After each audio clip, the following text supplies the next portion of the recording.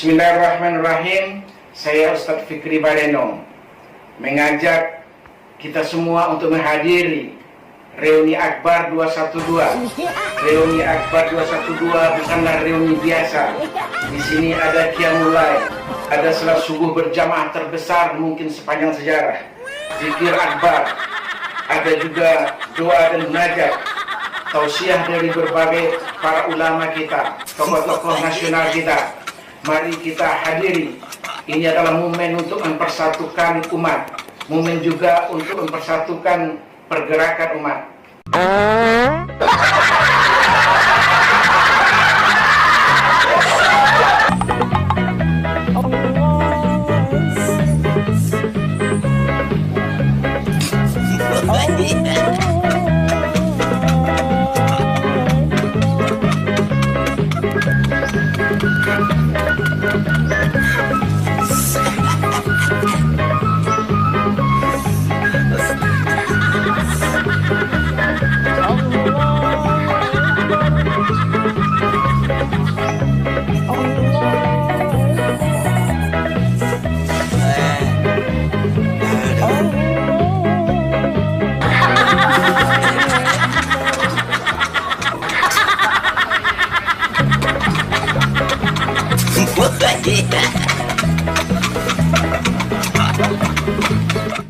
Ini bagaimana kemudian MUI bisa membereskan kemudian di luar, sementara anggota tubuhnya yang ada di tubuhnya belum beres? Bagaimana?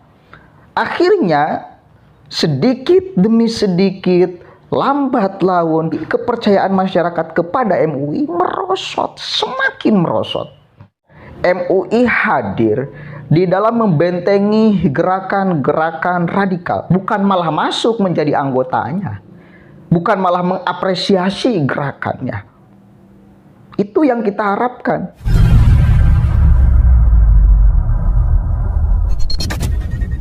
Assalamualaikum warahmatullahi wabarakatuh. Hamdan syukrodillah amma ba'd. Sahabat manusia plural yang saya hormati dan saya banggakan, Buya Fikri Bareno masih menjadi perbincangan yang cukup hangat di media sosial.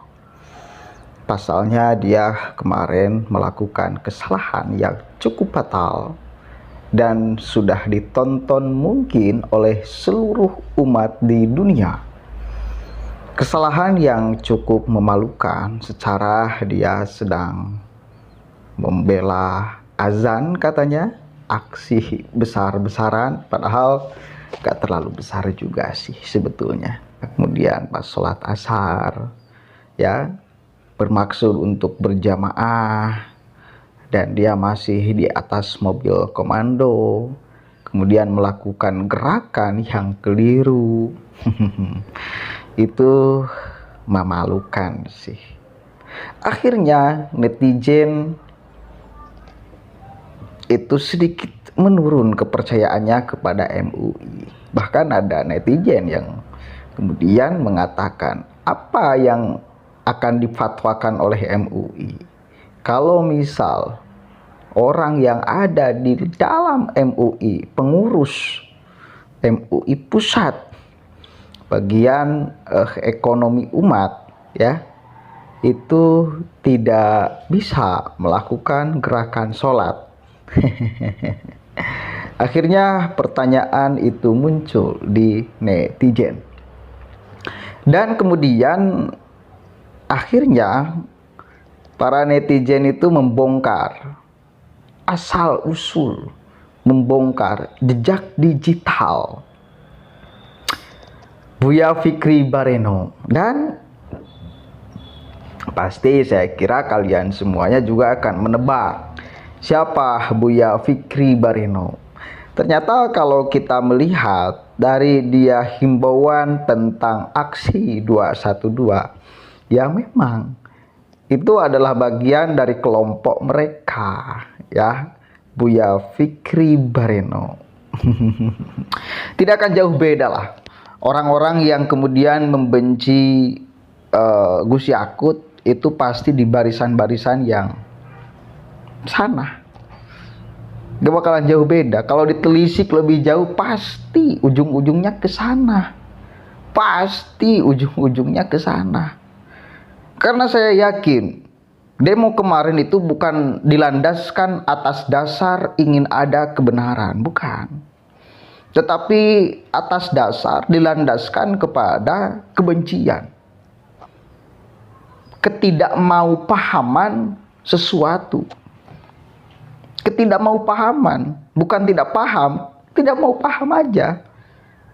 Yang mengambil kesimpulan yang membabi buta, sehingga kemudian menghasilkanlah demo 212 dan menghasilkanlah sebuah karya yang ditontonkan kepada publik yang memalukan. Buya Fikri Bareno. Saya sih nggak kebayang hari ini dia sedang berpikir apa. Karena akhirnya para netizen kemudian berprasangkaan kepada MUI, khususnya urusan ekonomi, itu bertanya-tanya. Akankah kemudian juga keliru di dalam MUI menentukan sebuah produk halal haram, atau asal-asalan mengeluarkan stempel halal itu tidak melalui proses kajian ilmiah atau tidak melalui proses kajian agama yang mendalam. Secara pengurus MUI pusat bagian ekonominya itu bahkan lupa gerakan sholat. Bagaimana dia bisa berfatwa? Kan pada akhirnya liar. Netizen kan pada akhirnya bertanya-tanya. Wajar, tapi wajar. Netizen kemudian bertanya-tanya, wajar. Karena menyangkut terhadap kehidupan kita, ya, yang akan langsung bersentuhan dengan kita. Itu adalah sebuah produk yang akan kita beli. Kan bangga sekali dong kalau sebuah produk itu sudah ada label halalnya dari MUI.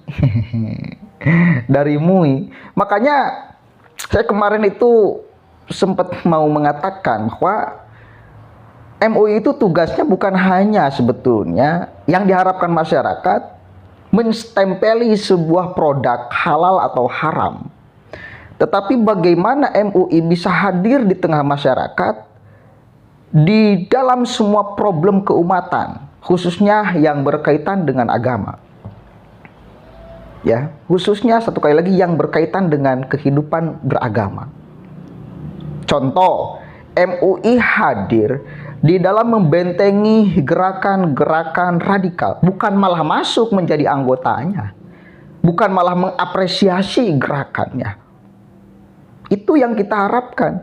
Satu kali lagi, MUI kita harapkan bisa hadir di dalam membentengi, di dalam membentung arus doktrinasi ideologi yang kemudian itu berpotensi akan melahirkan radikalisme atau bahkan terorisme.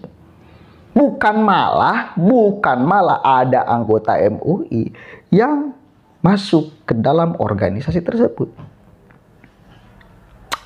Kemarin kan viral tuh si Jayan An-Najah, Jayan An-Najah ya kalau nggak salah.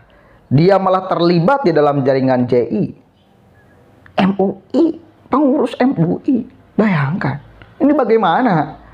Kemudian MUI bisa membereskan kemudian di luar, sementara anggota tubuhnya yang ada di tubuhnya belum beres.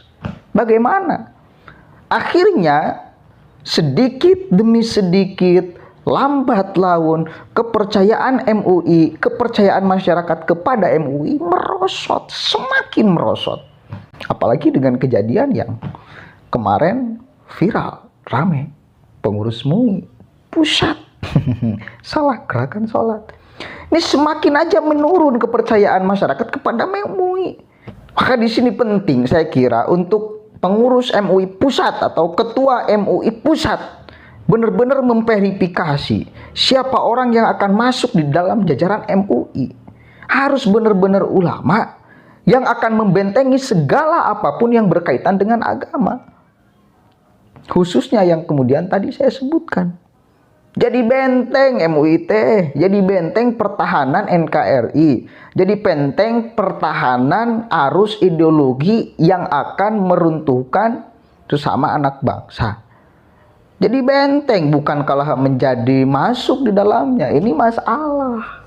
Ya, mudah-mudahan ada manfaatnya. Wallahul muwaffiq ila aqwamit thoriq. Wallahu a'lam bishawab. Assalamualaikum warahmatullahi wabarakatuh.